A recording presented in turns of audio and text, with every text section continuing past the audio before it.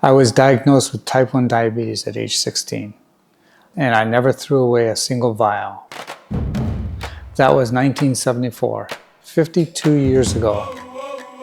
More than 1,150 vials.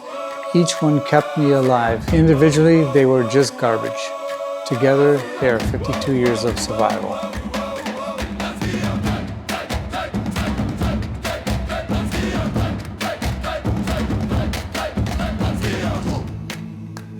Managing diabetes is relentless. There are no days off, no shortcuts, but the work is not about the illness.